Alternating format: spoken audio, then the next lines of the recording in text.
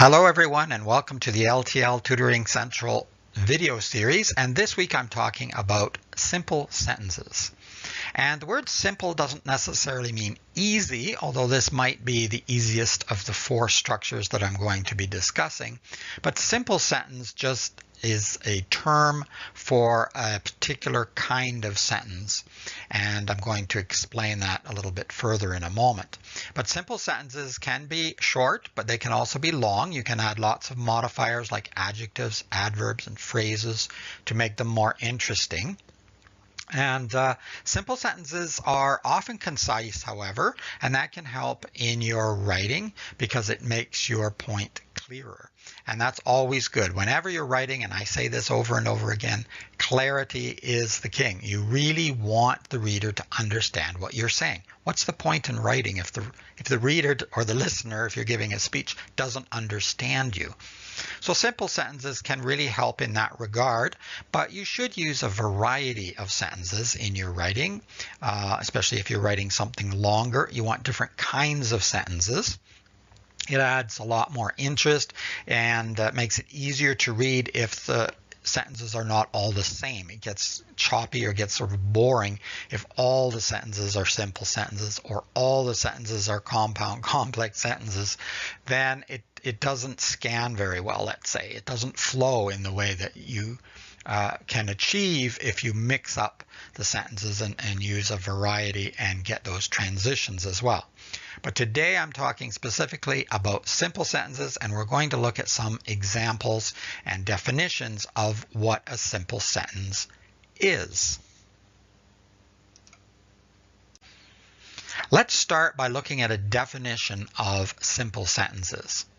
So the number one point is one independent clause and only one. That is what a simple sentence is. Now, you can have lots of modifiers, and that means the sentence can be long or it can be short. You can add adjectives, adverbs, or phrases, as I mentioned before, to make it longer. But simple sentences do tend to be shorter than the other structures, generally speaking. But you can have long ones and you can have short ones. You can have more than one subject and more than one verb in a simple sentence. So you aren't stuck with just having one subject or one verb. And that, again, can make the sentence a bit longer. And it gives you some flexibility even within just using simple sentences to change up the variety of your sentences in your writing. It must have only one subject-verb combination, however, and that goes back to point number one, really, that it has one independent clause only. And it makes only one statement. While most sentences have only one main point or one main idea, but a simple sentence is even more so. So that's what you have to watch for, but the main thing is that it is one independent clause. Okay, let's create a few simple sentences together, or more or less together, on the video. So the most basic or the easiest way to do this is just to think of a subject, and that's a noun or a pronoun generally. So you could start with yourself, I. And what did you do? I went to France. Okay, that's a very basic, simple sentence. We have a subject, I, and a predicate, went to France, or verb is went. But we can make sentences that are a little bit more interesting. We could think of a more interesting subject, my family and I. So now we have a compound subject, my family and I. And what did we do? We went to France and saw the Eiffel Tower. Let's say that. Okay, so we have here a compound subject, my family and I, and a compound predicate. Went and saw are the two verbs. But notice the two verbs are both connected to the compound subject. So you can think of the compound subject as one entity or one thing, and then you have the compound predicate as well. So we still only have one independent clause here. It just happens to have two subjects and two predicate or two verbs. So that's one independent clause, and that's still a simple sentence, even though it's more, it's longer and it's a little bit more complex than the first one that we did. We could be even more creative and say, my entire family, including my aunts, uncles, and cousins, went to France and saw the amazing Eiffel Tower. I'm sticking with the same basic idea. Well, we got a bit of a problem here. There we go. But we're just adding. We're adding some adjectives. We're adding some phrases.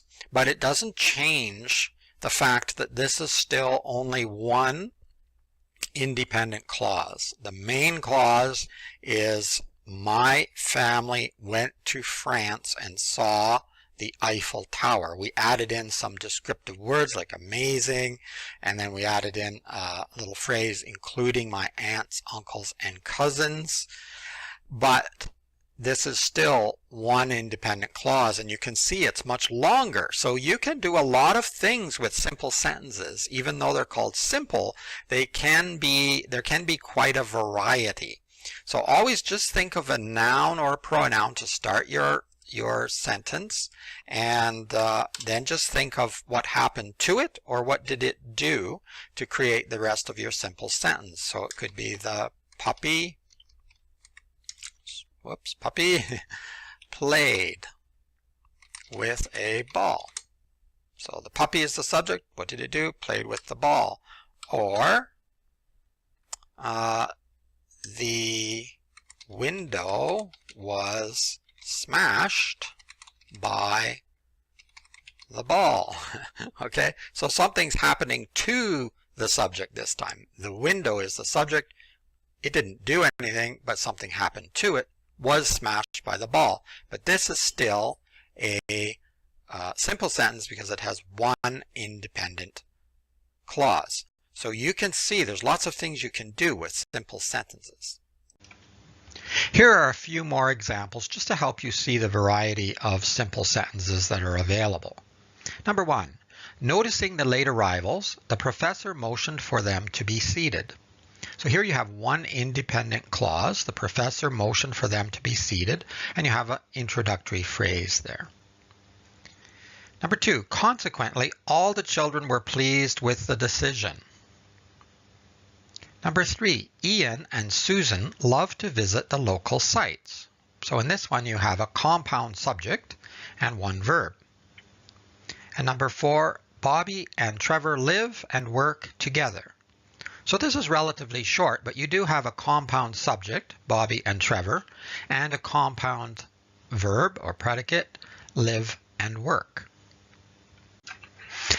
Well, I hope that helped you get a better understanding of what simple sentences are and what you can do with simple sentences. There's lots of things you can do working with just that structure, never mind all the other structures which I will be doing videos about a little later on. Here's my contact information. Again, my name is Ron, and my company is L.T.L. Tutoring Central. The website's there, and check the website because it has lots of information about reading, writing, math, online courses as well. So www.tutoringcentral.com. There's my email, tutoringcentral@hotmail.com. I have more than one email, but that's one of the main ones. And there are individual writing programs available, and you can have a free information meeting. All you need to do is get in touch. You can email me. You might happen to catch me on Skype, although I'm not on there all the time. But if you contact me by email or phone, I can set up a Zoom or a Skype meeting and talk to you about a program that might work for you to improve your writing. If you're going to continue working on your own, that's also great. Check the online courses. Some of them you do mostly on your own, and you do get a little bit of feedback there too. So don't be afraid to keep writing. Don't be afraid to get in touch. You can ask a question, put a comment on this video if you're watching it on YouTube, just below. I'll also put some links below to the website, so it's a clickable link, and the email, and also to the blog, which has more information about simple sentences, and there's blog entries on other video topics as well.